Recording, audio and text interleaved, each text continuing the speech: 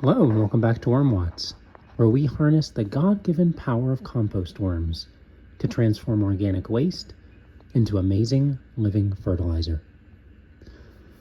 Today we are back in a bin that we created last time we tried to harvest our Firstfruits worm bin, one of our worm bins of European nightcrawlers. And that harvest attempt did not go well.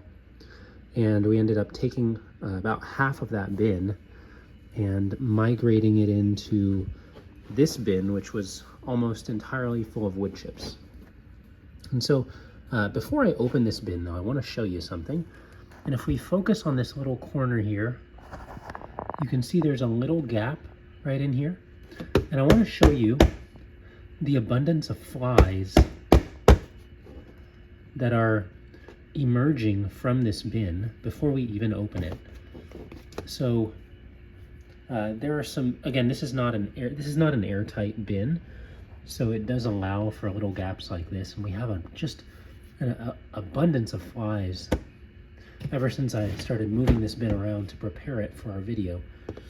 And flies are just coming out of there seemingly nonstop. So I'm not expecting good things when we open this bin. So I'm going to zoom out and we'll go ahead and open this up and see what awaits us. Wow. Okay. So we've got a lot of flies in here. And oh my goodness. So this is a bin that was basically full of wood chips. I put a pumpkin in here, and it looks like the pumpkin is breaking down, and you can even see that it's sprouting. Some of the seeds are sprouting. But my goodness, this is a haven for our flies, and they are having a field day in here. So I'm going to go ahead and dig through this a little bit. We obviously have our worms in here as well, but man, the flies are going to be a bit of a problem. And I'm going to pull some of this material back here. And I just saw a worm in there. Goodness, I think all of these, I'm not sure if these are all fly casings, but golly, look at all of that. Yeah, this is really quite something to see. Just the abundance of flies in here. It's mind-boggling. So, and they're coming out of almost every nook and cranny you can see and think of. So we also have, if you can make it out, these are pieces of an egg carton, and those came with the original bin. But yeah, this part up here that's so moist is where the pumpkin was left, kind of near the surface. And I really, honestly, the big problem that I think I'm having here is that the pumpkin was not buried.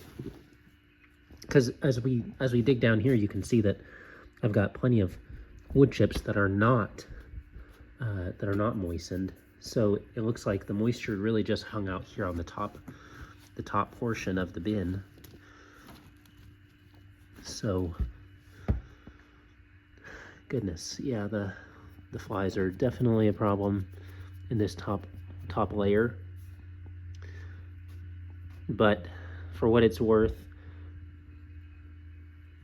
the moisture and conditions that tend to be beneficial for flies also tend to be pretty good for the worms, honestly, to get settled in and things like that. So we'll bear with that, but goodness, this is not fun to deal with. All right, so I'm going to do my best to dig down into the corners. That's one of the best ways for us to kind of gauge the moisture level of the bin.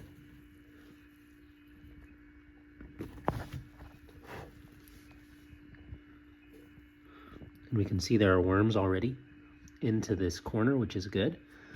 I haven't reached the bottom of the corner, but the bin's moisture level is actually pretty decent. It's distributed fairly well. It's even down here is fairly moist, which is definitely what we want. There is just like an endless flow of flies in here that is really difficult to deal with. But yeah, the moisture has gone down all the way to the bottom. So that's good to see. I had no idea that this bin was actually so moist. So that is a good thing. But just look at that. And I don't know what all of those are, but I think that those are all pupa casings for the flies. So this is looking like it's going to be a continued problem for some time.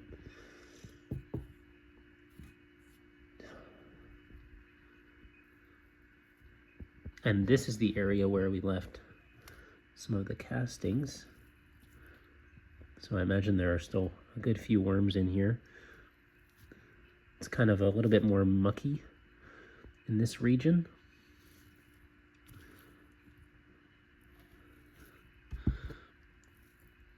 It's also warm. And you can see here in this little clump that I've got pieces of cardboard and shredded cardboard in there. But there are just flies everywhere in this bin. This is probably one of the worst bins I've been in as far as the flies. So, goodness. And we can see the sprouts. Eventually those will die because of the lack of exposure to light.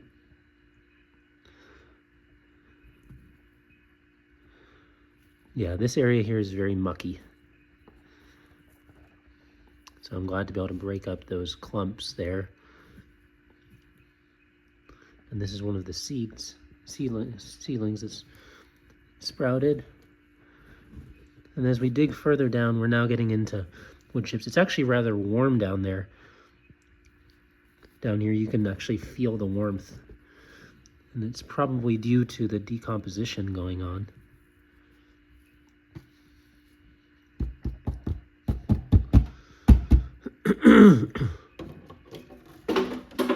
But I'm glad to be able to get in here and just kind of move things around. I'm hoping that it will help to kind of ease this fly situation, because there's just so much moisture locked in this upper layer that if I'm able to kind of distribute it better throughout the bin, then maybe some of this fly pressure will go away. Oh, goodness. All right. So, yeah, we're going to use those wood chips to our advantage. There we go. All right, so I've got wood chips now more exposed, not as much of the super moist castings. And I really should have buried the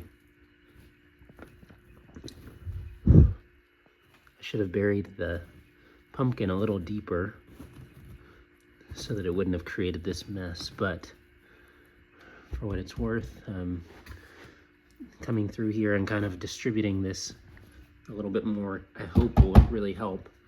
I've got one of our worms here. Looks to be a big one too. So, seems to be doing well. Gonna get in here and break up these clumps again. Wow, look, you can see the worms in there.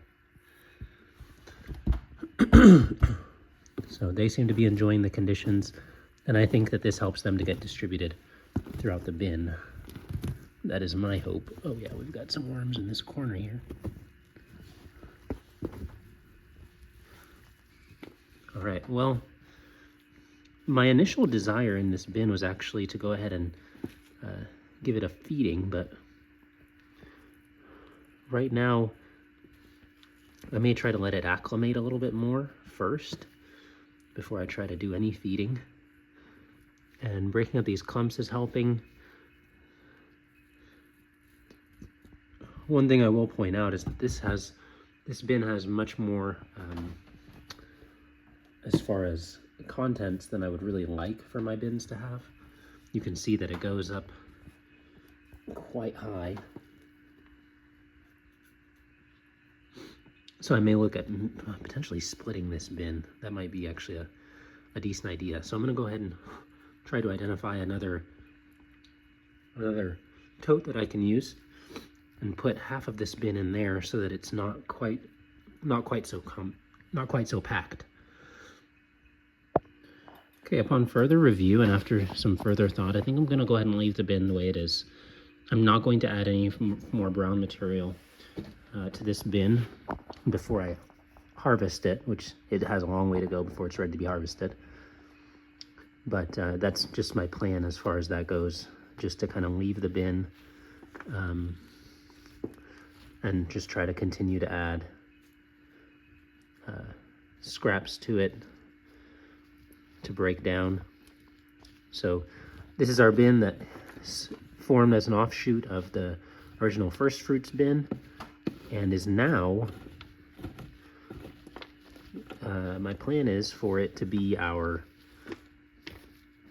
second bin for dealing with our kitchen scraps. So once this settles out a little bit, I'll go ahead and move toward implementing that plan. But for the time being, this is the way the bin is. It doesn't have a lot of food, so I think that entire pumpkin is now gone. So I may actually go ahead and feed this bin just to kind of get things going.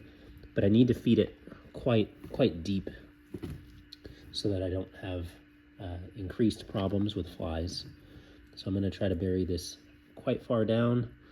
I'll pick a corner and then just bury it in there. So let me go ahead and get some food. I've got maybe some banana peels and some other things that might help to draw in the worms and get this bin started. But yeah, it looks like all of the actual food items have actually all disappeared. And with there being I think there was an entire pumpkin in here. I'll have to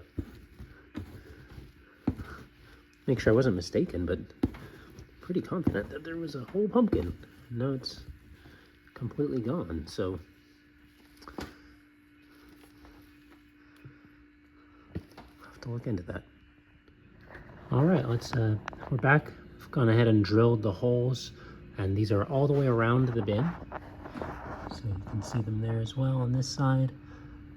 I've got 8 on the smaller ends, and then just about as many as I could fit on the other ends, on the long sides. So the bin is now aerated. Obviously, in the short term, that's going to allow flies to get in and out a little bit easier. But I do think it's going to help overall with regard to our goals in the bin. So at this point, I do want to provide some context as well for what we're observing inside of the bin, which is that entire pumpkin is gone. It's been 20 days since we put that entire pumpkin in there, and it was already being worked on by the flies. So seeing their takeover of the bin is not entirely surprising because they've had almost 3 weeks and all of that organic material as well. But yes, all of that entire pumpkin is gone outside of some of the seeds that have sprouted. And since we're not seeing any more of that material, I feel comfortable at this point to go ahead and bury some more food. Obviously, the flies will probably help in decomposing that, but the worms will as well, and I want to give them a place to continue to gather together and maybe to breed. So let's go ahead and make sure that they have adequate food. And so this is where this bin is actually going to get its name. The new name for this bin that we launched out of, that spawned off of our Firstfruits bin, is going to be the leftover lovers. So this is the leftover lovers bin, and let me go ahead and grab those leftovers for them to eat. All right, we're back. I'm gonna dig down into the bin first. Let's find a corner over here. Go ahead and use this corner here to be our spot for burying our food scraps this time.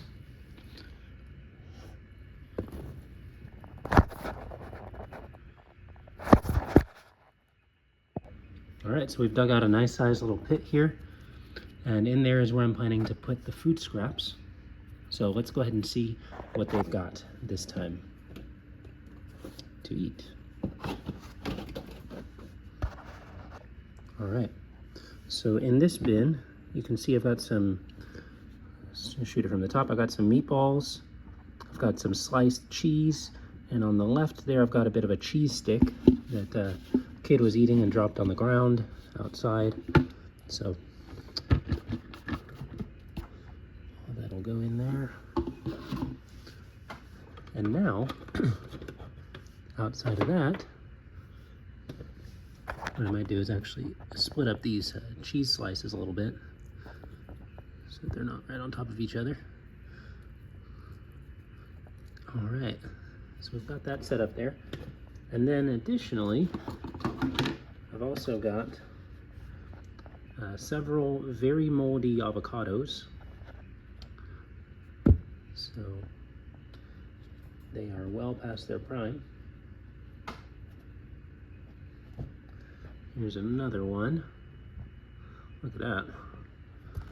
Just toss that in there. And with how rapidly they devoured the entire pumpkin, I'm not too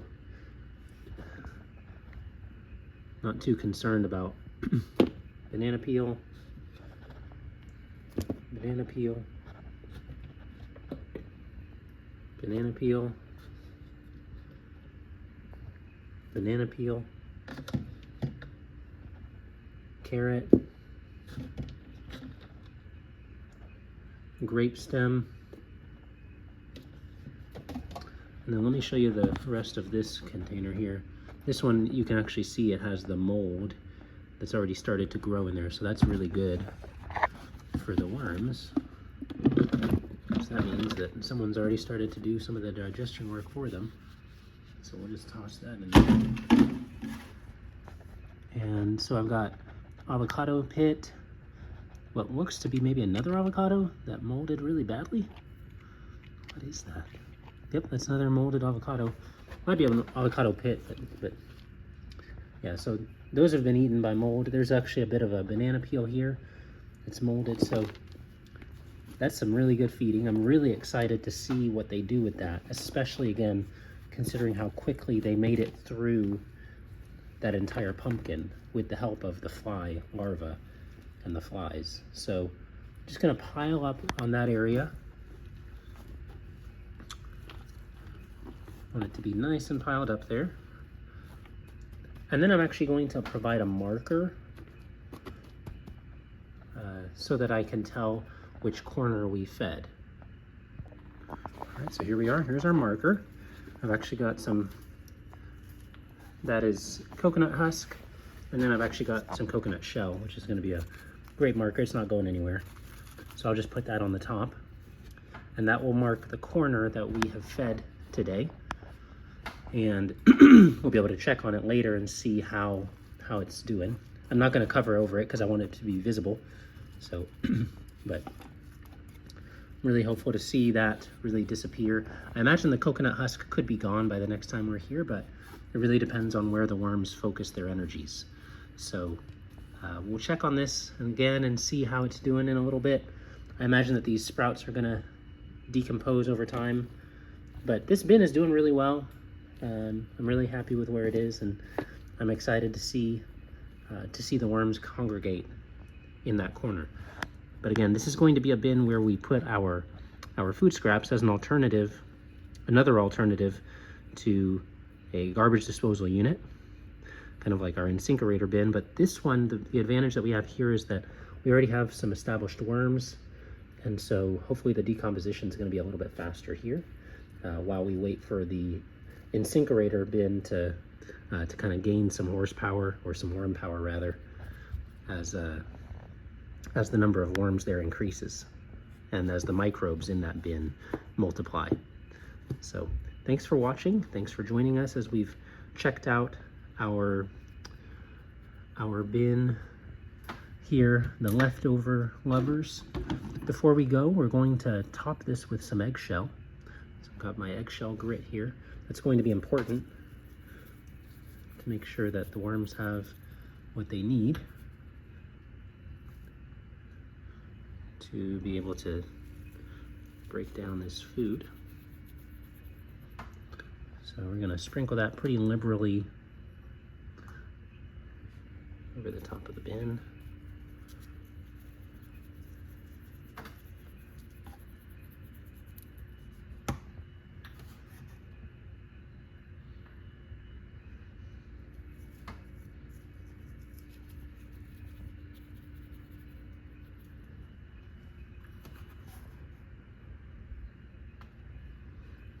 And I think the moisture level I'm pretty happy with. And I imagine that it's only going to get better as we continue to add more food scraps. So I'm not looking to spray this bin down or anything like that. It seems to have plenty enough moisture.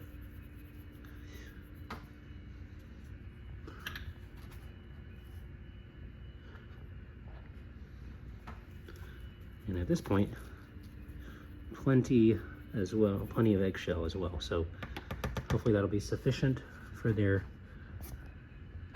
needs, and will also help with the pH of the bin. So we'll catch you next time. Thanks for checking out the leftover levers. We've got our air holes as well, so that's going to help with just the aeration in this bin and making sure that everything stays aerobic. So awesome. Just trying to clear out those holes, make sure they're not being blocked by anything. Already it's kind of, you can see that I've already distributed some of that eggshell throughout the material. So all right, well, we'll catch you guys next time.